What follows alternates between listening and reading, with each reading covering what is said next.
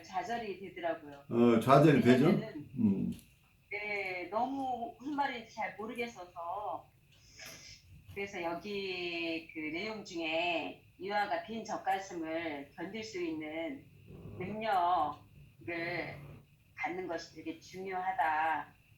빈 젖가슴은 언젠가는 돌아올 것이고 회개할 것이다라는 소망을 가지고 기다리다 보면은 그 과정 중에서 사고의 능력이 생긴다. 이런 이야기가 있더라고요. 예.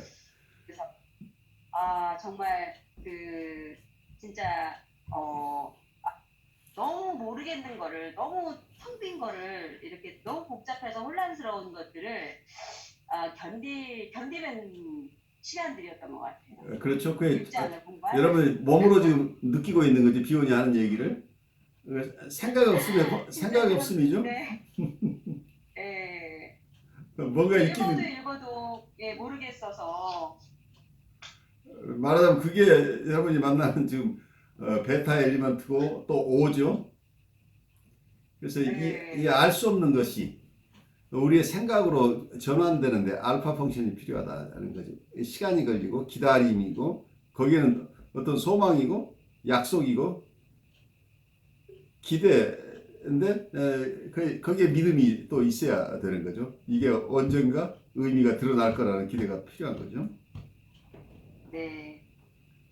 그래서 어떤 면에서 이번 네. 챕터에서도 계속 여러분들이 이제 느낄 부분이 엄청난 좌절을 느끼는데 그 좌절을 느낄 수밖에 없는 게 여기에서 얘기하고 있는 초이론 자체는 비원 전체를 아우른 거예요. 네. 비원 전체를 아우른 거기 때문에 이것을 이번 챕터에서 여러분들이 다 안다면 그 뒷부분을 공부할 필요가 없을 만큼 이게 모든 것을 종합하고 있다는 그것 때문에 여러분들이 알 수 없음이 정확해요. 계속해서 여기서는 여러 가지 질문을 무엇이 내가 모르는 부분인가, 뭐가 제가 아직도 전혀 감을 잡을 수 없는 것인지, 그 부분, 나의 불안이 어디에 있는 건지, 내가 모르는 것에 대한 답답함이 어디에 있는 건지, 나의 좌절이 어디에 있는 건지 하는 것을 이해하고 견디는 시간들이죠. 그러면서 우리가 한 주 한 주 공부해 나가면서 지금 우리가 막혀 있는 부분들이 하나씩 드러날 거예요. 그게 굉장히 많은 시간들이 필요한 건데, 그래서 여러분이 답답함을 좀 참아내는 시간으로 오늘도 아마 같이 진행하면 좋지 않을까 싶어요. 그러면서 너무 욕심부리지 말고 우리가 할 수 있는 범위 내에서 여러분들이 정서를 좀 나누시는 게 굉장히 중요해요. 이 답답함이 각자의 답답함은 어디에서 오는가에 따라서 여러분들의 미묘하지만 각각 다른 체험들을 하고 있다는 거죠. 그래서 여러분들의 체험이 퍼스널라이즈 되는 과정들이 굉장히 중요하죠. 그래서 사고하는 자 없는 사고라고 하는 아주 굉장히 큰 명제가 있죠. 띵커가 없는 또트가 있다는 거예요. 이 또트는 누군가가 이미 생각한 것이지만 여러분 각자에게는 처음 만나는 생각이기 때문에 이게 퍼스널라이즈가 되어 있지 않기 때문에 내 생각이 아니죠. 내게 아닌 것이 내 생각으로 전환되는 과정이 페인풀한 거죠. 이물질이 나의 일부가 되는 과정이죠. 소화 과정이라는 게 굉장히 어려운 거죠. 우리가 음식을 먹는 것도 만만치가 않죠. 소화 능력이 훌륭하지 않으면. 그런데 전혀 먹어보지 못한 것을 여러분들이 먹을 때 이게 내가 먹을 수 있는 건지 아닌지부터 두려운 거죠. 요즘은 문명이 발달했지만 옛날에 여러분들이 원시 시대에 살고 있다고 치면 배는 고픈데 아주 먹음직스러운 딸기 비슷한 것들이 야생 딸기 같은 게 있을 때 이걸 먹어도 좋은 건지 먹어서는 안 되는 건지부터 공포의 대상이죠. 어떤 것은 가장 아름다운 것이 가장 독이 많은 것이기 때문에 그래서 이건 자기가 먹어봐야 알잖아요. 그래서 어려운 거죠. 이 모든 과정이. 그래서 누군가가 이걸 먹어본 적이 있는 사람을 만난다면 공포가 가시겠죠. 그래서 여러분들이 우리가 같이 이런 걸 프로세스하는 게 지금 굉장히 중요해요. 서로 어려운 부분 보면은 이제 비혼의 초이론에 대한 의미에서 파울로 샌들러라는 사람이 이야기한 부분이 있어요. 비혼의 초이론이 무엇인가? 거기서 그 비혼은 새로운 이론을 만들어내기보다는 정신분석가가 사용할 수 있는 관찰적 이론을 발달시켰다 이렇게 얘기했고요. 그래서 그 초이론은 정신분석의 몇몇 기초들을 과학적으로 서술하고자 했던 시도인데요. 그 용어들 중에 하나가 적가슴, 페니스, 분열, 격렬한 정석, 이제 이런 것들과 마찬가지로 해석의 부류로서 이제 해석 적가슴, 해석 페니스 이런 것과 관련 속에서 만들어졌다고 합니다. 그리고 그 적가슴에 주어진 이름을 하나의 과정으로 취급했는데 이는 그가 가정이란 주관적 감과 현실적인 것에 대한 표상이 아니라 끊임없이 서로 결합하는 현상들에 대한 느낌의 표현이라고 했던 휴메 견해를 따른 것이다. 이렇게 얘기하고 있는데 그 휴메 견해를 보니까 그 밑에 패러그래프 보니까 항구적 결합이라는 이야기를 했더라고요. 적가슴하고 관련해서. 그런데 그게 뭐냐면은 이는 두 개의 대상들 또는 사고들이 하나에 속한 것으로 생각되는 패턴을 발견하는 것을 말한다. 이는 이름으로서의 적가슴이 가정으로서의 적가슴에 덧붙여지는 현상에 적용될 수 있으며 패턴이라는 아이디어가 임상적으로 환자의 자유현상 안에 패턴을 분별하는 데 사용된 현상에 적용될 수 있다. 그래서 저는 이해하기를 이 적가슴이라는 게 그냥 어떤 우리가 생각하는 정말 그런 그 용어적인 적가슴도 있지만 그 상징적인 적가슴, 그러니까 적가슴이 의미하는 그 상징적인 적가슴에 대해서 이 두 가지를 그 두 가지의 결합을 이중적인 어떤 의미에 대해서 이야기하고 있는 것인가 이런 생각이 드는데 조금 어려워서 저도 실은 이게 항구적 결합이라는 게 어떤 뜻인가 교수님 조금 설명을 해주셔야 될 것 같아요. 네, 이 부분이 아마 쉽지 않은 얘기인데 휴메 얘기를 샌들러가 인용한 내용을 조금 보면은 휴메 뭐라고 얘기를 했냐면 that a hypothesis is the expression of a subjective sense that certain associations are constantly conjoined and is not a representation corresponding to an actuality. 이 부분이 아마 번역하시는 분도 쉽지 않았을 것이다 얘기예요. 여기서 가정이라고 하는 건 우리가 보통 가설이라고 얘기해요. hypothesis. 여러분 논문 써보신 분들은 어떤 가설을 만들죠. 어떤 가설을 만들 때는 여러분들이 여러 가지 생각들을 수없이 임상에서 어떤 분석과 과정을 마치는 과정에서 여러분들이 쓰는 싱글 케이스 스타디라고 하는 케이스 스타디를 하는데 그때 가장 중요한 게 하이파서시스예요. 어떤 가정을 어떤 가정을 가지고 내 사례를 볼 것인가, 나는 무엇을 증명하고 싶은가. 근데 이 하이파서시스는 어디서 오느냐면 내담자를 계속 보면서 내가 관심 있는 어떤 사항들이 계속 내 머리에 남죠. 이분의 분노는 다른 사람의 분노하고 다르게 이런 독특한 특성을 가지고 있다. 그렇다면 그 독특한 특성이라고 하는 것을 관련해서 계속 어떤 내게 생각들이 올라오죠. 어소시에이션이 올라오는 거죠. 그럼 내가 생각하는 어떤 하이파서시스, 이분의 어떤 공격성 중에는 사랑을 표시하는 방법으로서의 공격성이 있다라는 어떤 가정을 한다면 이 가정을 먼저 하고, 왜 이 가정을 하게 되면 이건 내가 실제로 액츄얼리티는 아니에요.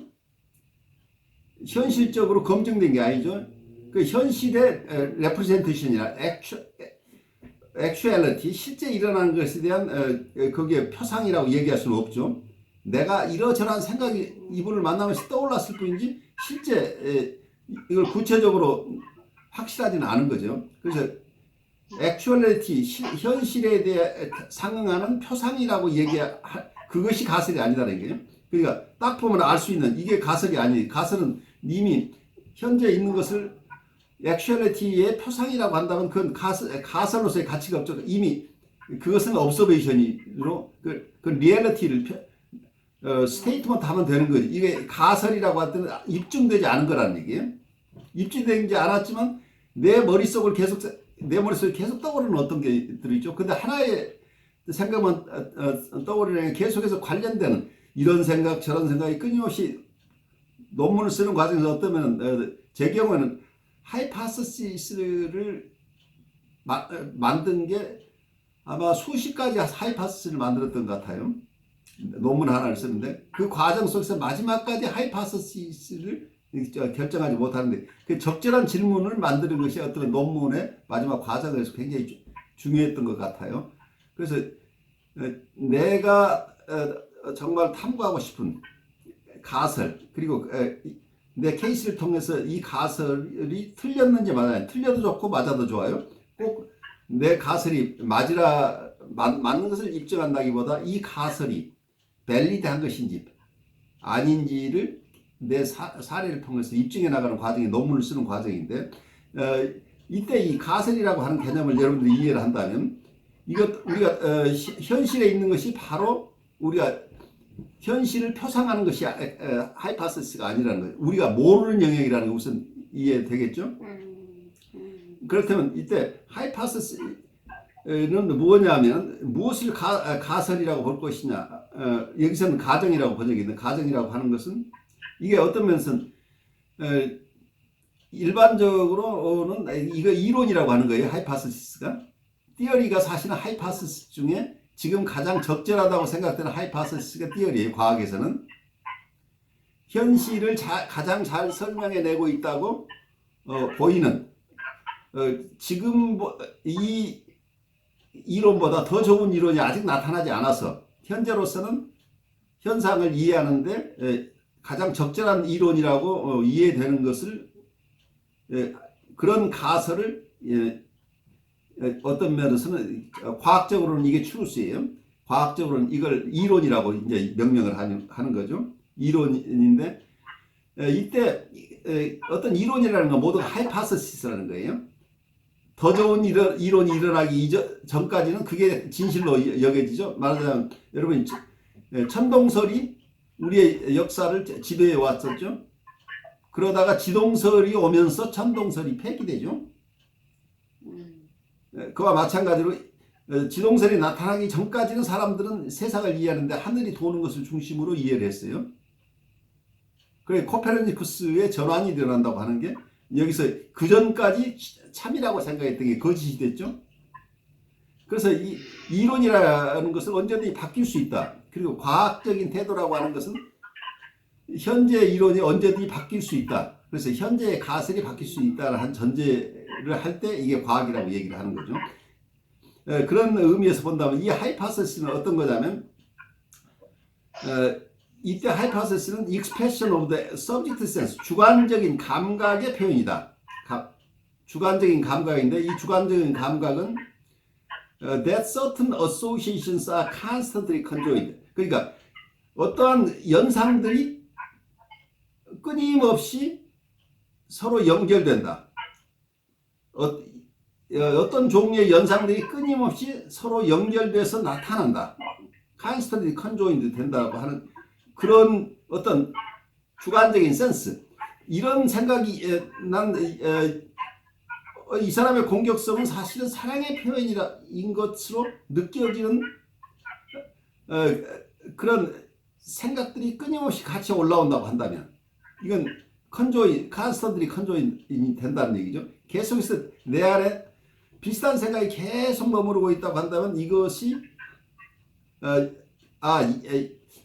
주관적인 정서가 나한테는 이렇게 이해된다죠. 그럼 이걸 가설로 만들죠. 그래서 어떤 면에는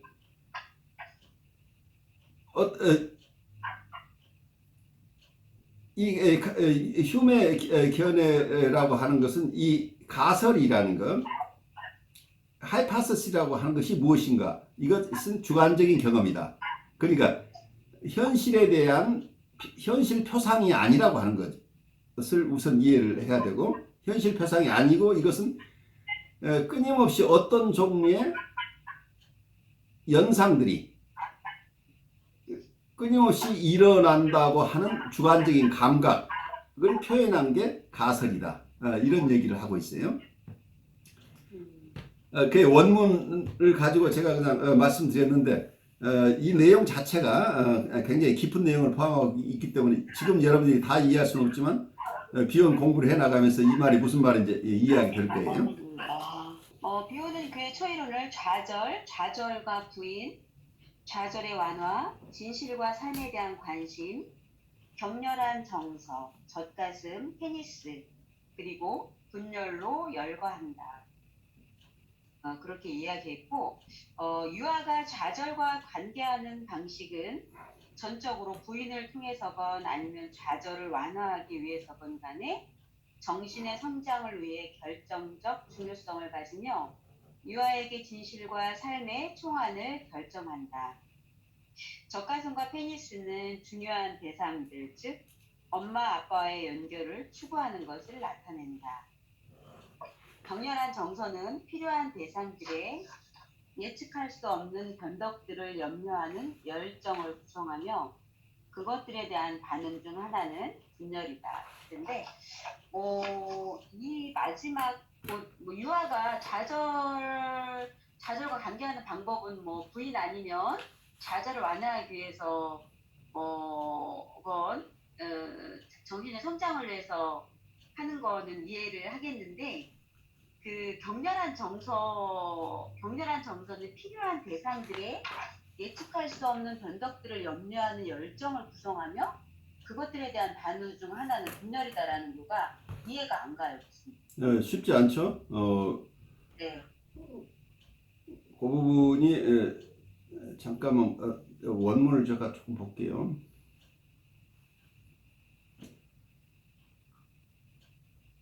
거기 원문에는 violent emotions constitute the passions of caring about the unpredictable caprices of needed objects.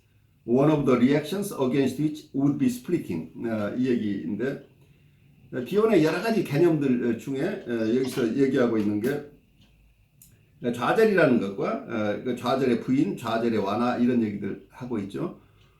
frustration 있고 denial of frustration 있고 modification of frustration, 그리고 concern for truth and life, violent emotions, the breast, the penis and splitting, 이런 여러 개념들을 그로트슈타인, 비온이 쓴 여러 가지 개념들 그로트슈타인 나름대로 지금 이걸 연결시켜서 하나의 초이론으로 이해하려고 애를 쓰고 있어요. 그렇다면 여기서 violent emotion이라고 하는 거, 이게 아주 격렬한 정서는 무엇이냐고 할 때, 우선 여러분들이 좌절이라는 게 아이들의 성장에 굉장히 중요하다는 걸 이해하시죠?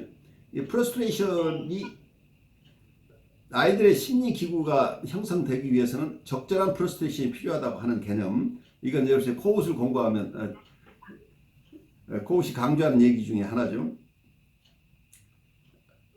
어떠한 최적의 optimal frustration이 있어야 심리 기구가 생겨난다고 하는 거예요. 만약에 어머니가 아이가 필요할 때마다 모든 것을 그래티피케이션 시켜주게 되면 아이는 자기가 무엇을 할 필요를 느끼지 않죠. 그런데 어머니가 해주던 일을 어느 날 갑자기 스탑했을 때, 아이가 학교 갈 때 엄마가 항상 신발을 신겨줬는데 어느 날 엄마가 바빠가지고 신발 못 신겨줘요? 그럼 그때 아이가 자기가 신발을 신어보는 경험이 있죠. 그래서 이 프러스트레이션이 있어야 자기가 뭘 하기 시작한다는 거죠. 그래서 생각도 하게 되죠. 항상 엄마가 책가방 챙겨줬는데 엄마가 책가방 안 챙겨주면 책가방 자기가 가지고 가야 된다는 생각을 하게 되고, 그리고 나름대로 챙겨서 엄마가 있을 때는 징징거리고 울겠지만 엄마가 그날 없었어요. 그러면 학교는 가야 되고 하면 할 수 없이 아이가 책가방을 챙겨 가겠죠. 근데 첫날 챙겨 갔더니 그날 미술 숙제 할 것을 안 가지고 왔어요. 그래서 선생님이 혼났어요. 그럼 그 다음에 와서는 엄마가 가방을 챙겨주지 않아서 선생님이 혼났다고.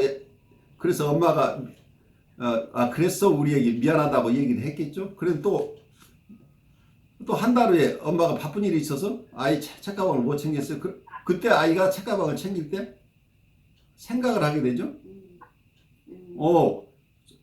책가방 전번에 챙겨갔을 때 미술 선생님이 혼났는데 오늘 미술 도구 챙겨야지 하면서 자기가 이걸 챙기기 시작하는. 그래서 어떤 면에서는 생각하는 힘들이 길러지는 것, 이런 것이 좌절을 통해 적절한 프로스트레이션이 있어야 심리기구가 사이킥 어페라트, 심리기구, 말하자면 여기서 이고라고 할까요? 이고를 어떤 마음의 기능이라고 한다. 마음의 기능들이 생겨난다는 거죠. 이거 자기가 뭘 한다고 하는 것은 남들이 계속 대신해주면 자기는 할 필요가 없어지는 거죠. 그래서 이 좌절이라는 게 필요하다. 이제 이렇게 우선 여러분들이 이해를 하고, 그리고 정서라고 하는 것은 이때 아이들의 느낌인데, 자기가 필요로 하는 대상들의 변덕, 예측할 수 없는 변덕 때문에 거기에서 걱정하는 열정을 구성한다. 이 정서라고 하는. 엄마가 챙겨줘도 안 챙겨줘요? 그때 불안이 생기잖아요. 자기의 그런 불안이 생겨. 이게 어떤 면 패션이라고 표현했지만 열정이라고 하는 것이 무슨 로맨틱한 열정이라는 그런 개념보다는 여기서는 하나의 정서를 얘기하고 있죠. 아주 강렬한 정서를 패션이라고 한다는 거죠. 그 passions of caring about the unpredictable caprices of needed object. 자기에게 꼭 필요한 대상들이 unpredictable caprices, 자기가 예측할 수 없는 변덕을 부리는 것, 자기가 예측대로 안 해줄 것 같은 것에 대한 강렬한 어떤 걱정이다. 그래서 이런 걱정이 애들이 생겨났을 때 하나의 반응 중에 하나가 분열이라는 거, 스플리팅. 조금 이해가 가나요? 그러니까 부모님이 이제 일관성 없게, 그렇죠. 일관성 없게 교육을 하지 않고 이중 메시지를 많이 쓰고 뭔가 막 너무나 막 변덕스럽게 그때그때 어떤 그 케어하는 패턴이 너무 다를 때 그럴 때 아이들은 정신을 못 차리겠죠. 정신을 못 차리죠. 예, 그러면은 아이들한테 혼란이 오고 상황 판단을 잘 못하게 되고. 그런데 이때 근데 어떤 그때 이모션들이 생긴다. 그 정서적인 측면을 얘기를 하고 있죠. 이 패션들이 생겨나는 이 패션을 처리할. 그런데 이게 굉장히 걱정하는 마음이라고 하는, 걱정하는 어떤 걱정이 많아져. 엄마가 항상 잘해줬는데 이번에는 전번에 보니까 엄마가 나를 실망시켰어. 어떻게 할지 몰라. 그럼 걱정이 되잖아요. 이 걱정 속에서 자기를 보호하는 방법 중에 방어수단 중에 하나가 스플릿의 분열이라는 얘기예요. 그래서 아이들은 어때요? 좋은 엄마, 나쁜 엄마 분열이 또 일어나죠. 그래서 좋은 엄마로 자기 마음에 간직해야 불안을 없어질 거 아니에요.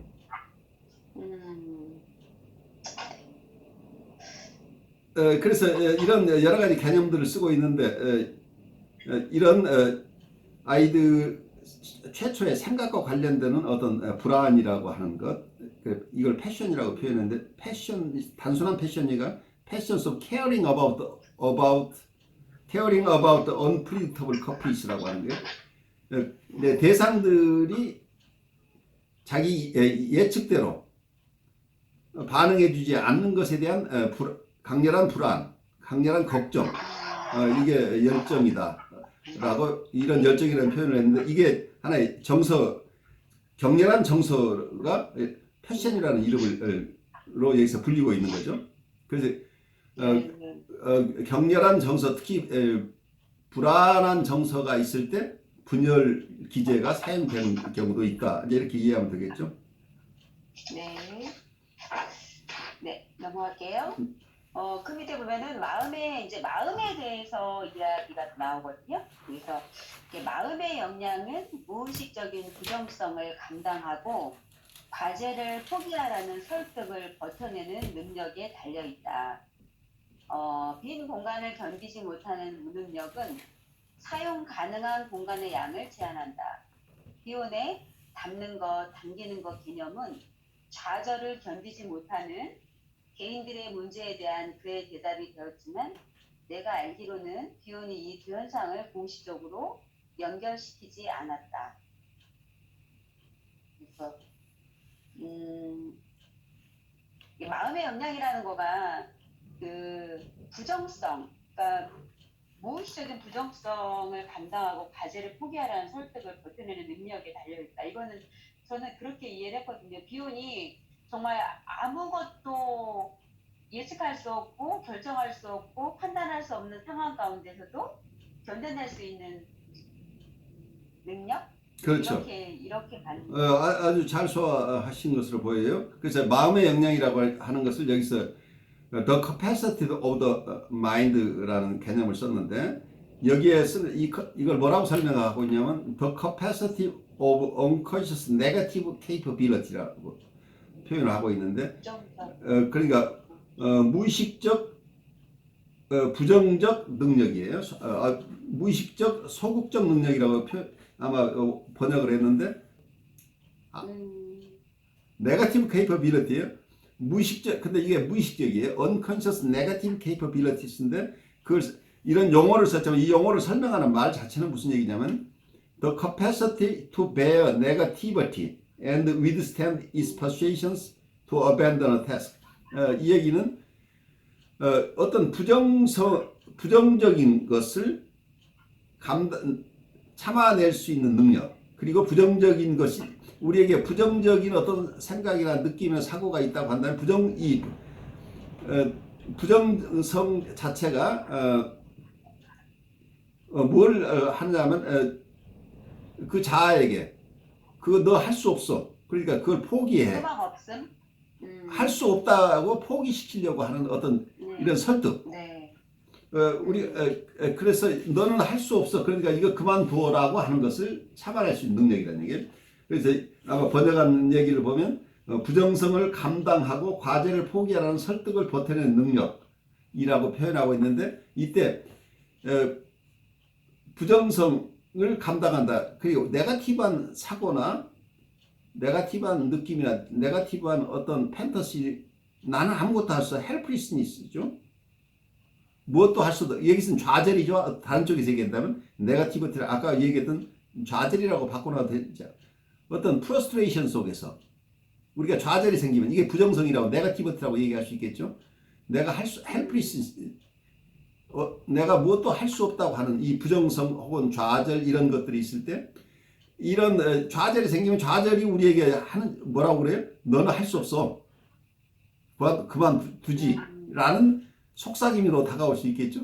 그래서 우리에게 그걸 지금 하고 있는 것을 하려고 하는 것을 포기하라는 어떤 설득에 대항하는 힘이라는 얘기예요. 그래서 우리 마음 안에 일어나는 거죠. 우리가 좌절이 생기거나 부정적인 사고나 생각이 있을 때 지금 하던 것을 그만두어버리고 싶은 유혹이 빠지죠. 그래서 그 유혹을 견뎌낼 수 있는 힘 자체가 어느 정도인가에 따라서 이게 capacity of the mind, 이게 마음의 역량이라는. 그러니까 부정성을 담아낼 수 있는 능력이에요. 그러니까 어때요? 이 부정성을 담아낸다고 하는 것이 사실은 쉽지 않은 개념인데 아주 재미있는 개념이죠. 네거티브 커패시티라는 게. 그러니까 우리가 불안해지면 어때요? 여러분들이 임상에서 굉장히 우울한 분들이 어떻게 자기를 방어하나요? 경우에 따라서. 조울증 환자 예를 생각해 보세요.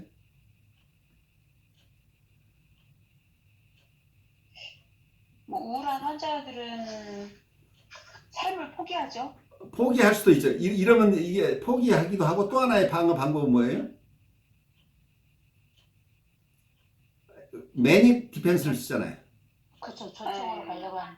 저쪽으로 가려고 하고. 그러니까 포기하거나 저쪽으로 가거나 이게 조울이잖아요. 예. 그런데 이때 네거티브 커패시티가 있다고 하는 것은 나는 아무것도 할 수 없는 사람이야 라고 하지만 자기 생업을 포기하지 않고 그대로 버틸 수 있는 힘이란 말이에요. 그러니까 마음의 역량이 있다 하는 것은 부정성을 담아낼 수 있는 힘이 있다. 좌절을 담아낼 수 있는 힘이 있다라고 이해할 수 있겠어요?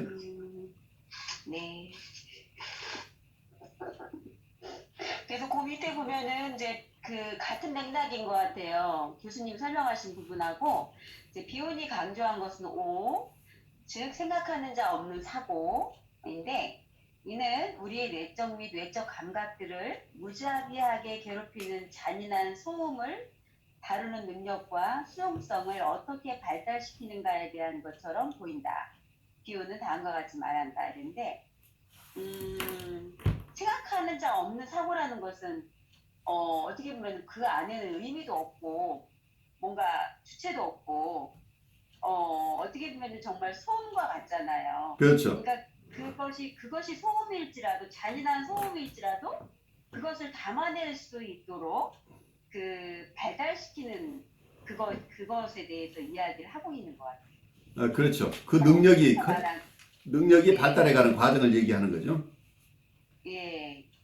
그래서 그 밑에 보면은 이제 편집 분열적 자리와 우울적 자리는 누군가가 생각해 주기를 기다리고 있는 사고를 만나주는 생각하는 자가 있는 생각하기 영역과 관련되어 있다. 생각하는 자는 눈이나 라디오 채널이 특정한 전자파에 민감한 것처럼 특정한 사고의 주파수에 민감하다. 그러한 생각하는 자는 수용기관의 민감성에 비해 너무 강력한 사고에 의해 침범당할 수 있다. 또 그것에 상응하는 생각하는 자와 짝을 이루지 못할 수도 있다. 알듯말듯합니다. 알듯말듯해서 교수님 이 부분도 설명을 해주셔야 될 것 같아요. 그래요.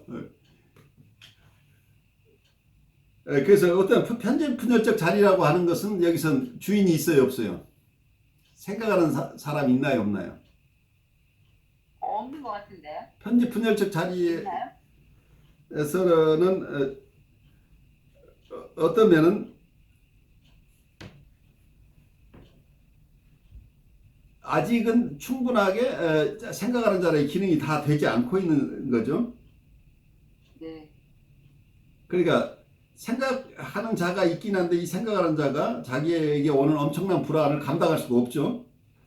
그래서 이걸 계속 투사해내고 있는 거죠.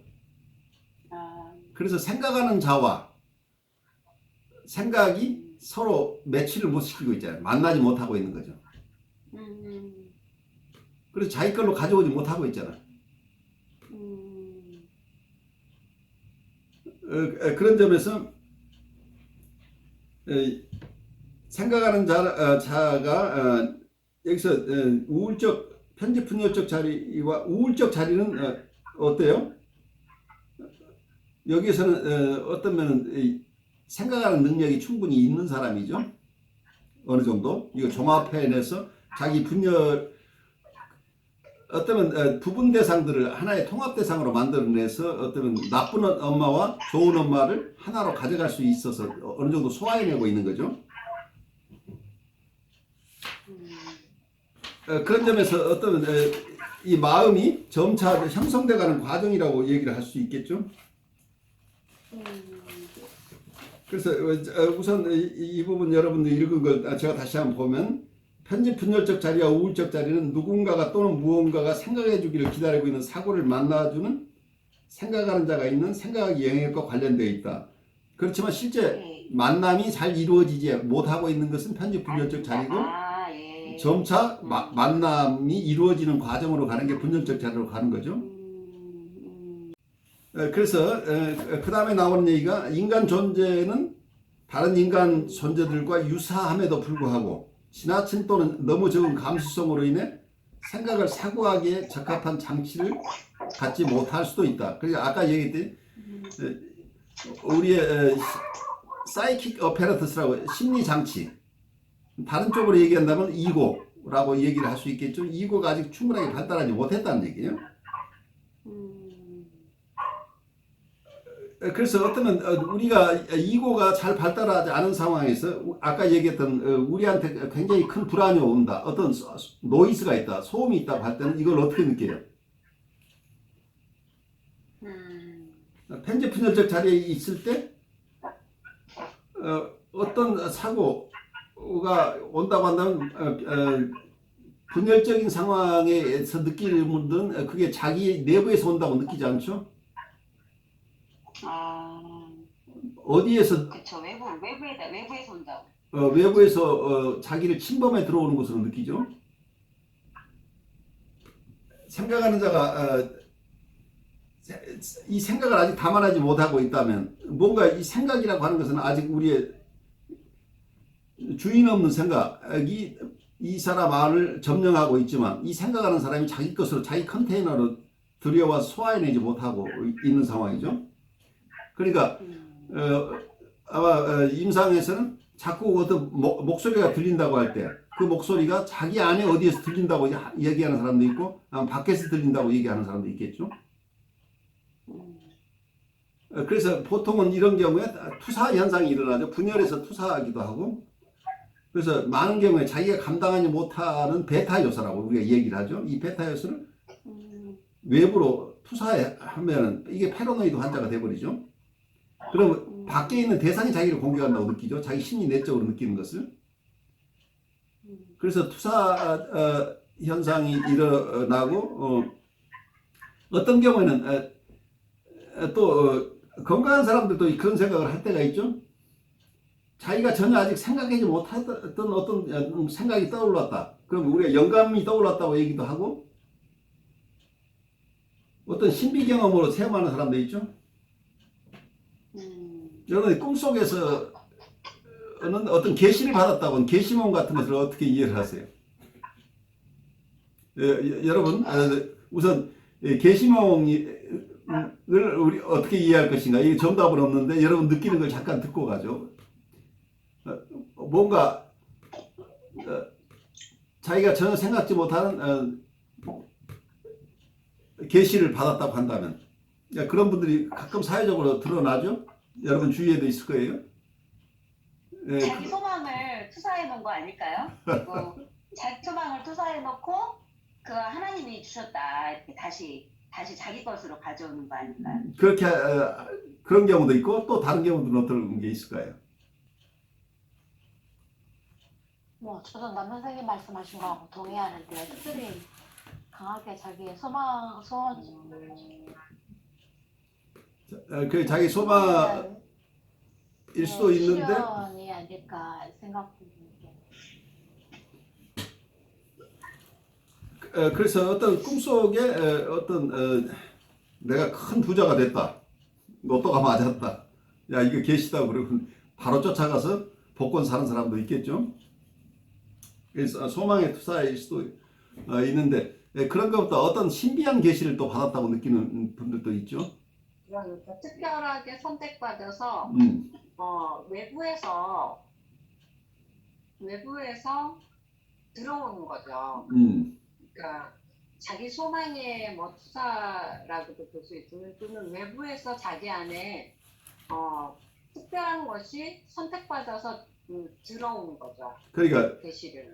어쩌면 우리가 오라는 개념으로 생각한다면 어떤 나의 신성, 내가 원래 가지고 있던 것들, 내 안에 있는 어떤 것들이 발현하려고 하는 시도라고 한다면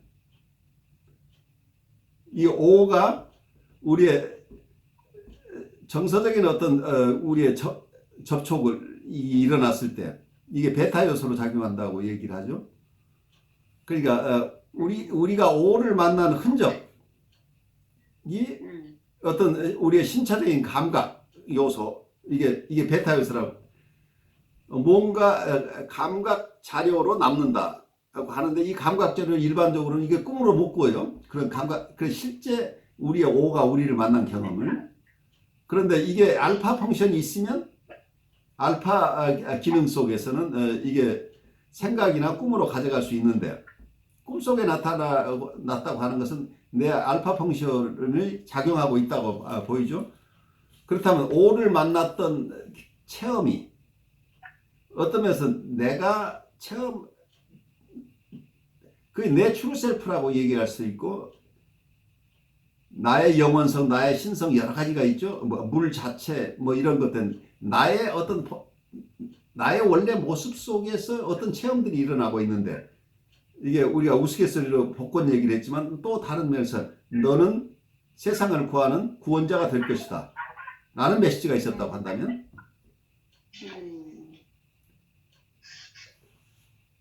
이런 것이 어떤 분에게는 너는 아주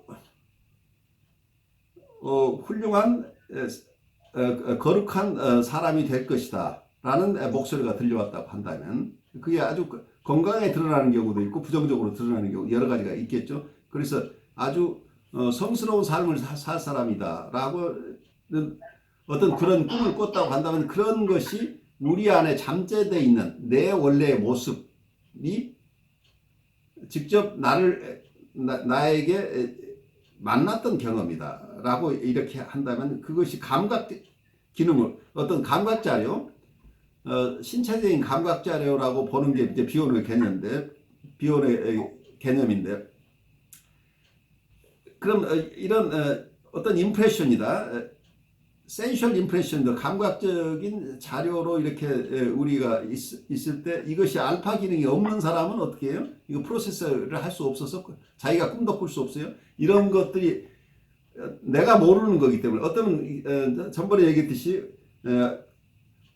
우리의 어떤 죽음에 대한 두려움도 있지만 우리의 생명력의 활동 그거 자체도 우리에게는 두려움이죠. 아이에게서는 자기가 프로세스 할 수 없을 때는 그러니까 내가 나에게 오는 부정적인 것도 있고 어떤 생명의 활동 그거 자체마저도 이걸 프로세스할 마음이 아직 없다고 한다면 이게 다 두려운 것이기 때문에 이걸 투사하게 되죠.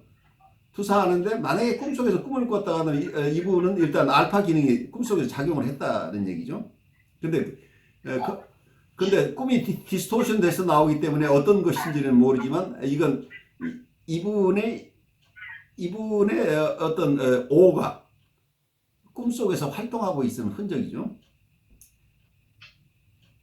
그러니까 이분 스스로의 트루 셀프나 이분 안에 있는 고유함과 연결되어 있는 무엇가 있다는 거죠. 그래서 이런 것을 잘 이해해야 되는 거죠. 그래서 이때 느끼는 것이 아까 불현듯이 어떤 생각이 났다. 우리가 꿈을 꿨다고 할 때 우리는 꿈에 나타날 때 항상 내가 뭘 생각했다가 아니죠. 어디서 내게 영감이 왔다 이렇게 보죠. 어떤 분들은 이때 어떤 신비적인 것으로 어디에서 외부에서 나에게 주어진 것이다 이렇게 느끼는 경우들이 많죠. 그 병리적인 사람들이 느끼는 패러노이드한 것과 다른 것이죠. 실제 굉장히 자기 삶을 바르게 살아갈 수 있는 귀중한 인사이트가 올 수도 있어요. 근데 그 인사이트가 내가 숙고해서 이걸 얻었다고 느끼는 경우도 있지만 나의 프로세싱 과정이 아니고 이게 내게 주어졌다고 느끼는 경우도 있다. 그래서 외부에서 오는 거 이게 어떤 은총으로 주어졌다고 이게 느끼는 경우도 있겠죠. 그래서 외부적인 것 혹은 신적인 것으로 이거 소스를 생각하는 경우가 있는데 이걸 어떻게 보느냐 하는 것은 비원식의 개념에 의하면 비원은 이걸 O라고 보고 있죠. 근데 O를 뭘로 볼 것이냐는 거기에 대해서는 굉장히 다양한 접근 사람마다 각각 다르게 이해하기 때문에 어쩌면 이 O라고 하는 것 자체가 디파인 되어 있지 않은 어떤 거죠. 그래서 그걸 어떻게 여러분들이 디파인 할 것인가는 각자의 몫이다. 이제 이렇게 보면 좋겠어요. 굉장히 정말 그러니까 이제 멜라니 클라인이나 그 프로이트의 관점에서 보면은 이제 교수님이 말씀하신 그런 뭐 예를 들면 신으로부터의 계시 아니면은 뭐 어떤 이런 막그 자기 어떤 주관적 체험 이런 것들이 어떻게 보면은 굉장히 경리적으로 그렇죠. 내가 이제 분열된 사람들한테 특히 나타날 수 있는 망상이나 뭐 그렇죠. 어떤 증상들로 이게 많이 이렇게 보여졌는데 비혼의 생각은 너무나 정말 너무나 너무 달라서 굉장히 당혹스러운 것 같아요. 전혀 다른 아니, 거죠. 오를 배우긴 했지만은 이제 그래서 이게 정말 너무 달라서 보는 시각이 너무 달라서 좀 당황스러운 것 같아요. 그래서 당황스럽네요. 엄청난 어떤 여러분의 퍼스펙티브의 전환이에요. 예. 정신분석을 정신병리학으로 이해하는 이런 패턴 가지고는 비혼을 읽어낼 수가 없어요. 어떤 면은 우리의 무한한 잠재성이 그래서 잠재성의 발현 과정 인간으로 우리의 인간의 삶을 이해를 하는 것이 필요하지 않을까 싶은데 우리의 무의식의 세계를 이해하는 것이 다르다는 거예요. 억압된 무의식, 억압된 것들이 있는 곳, 억압된 것이 잠겨있는 이런 것이라고만 우리가 무의식을 이해할 게 아니라 부정적인 것만 있는 게 아니라 여기에는 전혀 억압되지 않은 억압된 적이 없는 어떤 귀한 것들이 있다고 한다면 어떻게 생각하시겠습니까? 그러니까 프로이드가 이해하지 못했던 인간의 영역들이죠. 예. 우리가 억압한 것을 가둬두는 것이 우리가 원래 동물성을 타고나서 동물적인 것을 우리가 억압해놓고 있다. 가두어놓은 감옥으로 생각을 하는데 이건 감옥이 아니고 원래 내가 저기에 담겨있는 곳이고 저 속에는 나의 무한한 가능성이 있고 나의 영원성이 있는 곳이 나의 무의식의 세계라고 이해를 한다면 전혀 다른 세계가 우리 안에 이해되죠. 그래서 오늘 설명한 책을 네. 여기 좀 요약한 내용이 너무 이렇게 조금 조금 약간 요약한 것이 좀 말이 안 되는 게 있어서 제가 교수님이 말씀하신 부분을 책으로 읽어드릴게요. 예. 그래서 그 인간은 일반적으로 종교적 경외감으로 알려진 것, 즉 화육, 신성의 진화, 플라톤이 말하는 이데아 형태, 크리슈나, 신비 경험, 영감 등으로 다양하게 표현된 매개물을 통해서 이런 생각들을 알게 된다. 따라서 받아들인 또는 생성된 생각들의 원천은 외부적인 것 또는 신이 부여한 것으로 느껴진다. 생각과 생각하는 자의 운명은 담는 것과 담기는 것을 나타내는 또는 그것의 변형과 관련된 길들 중에 하나를 따른다.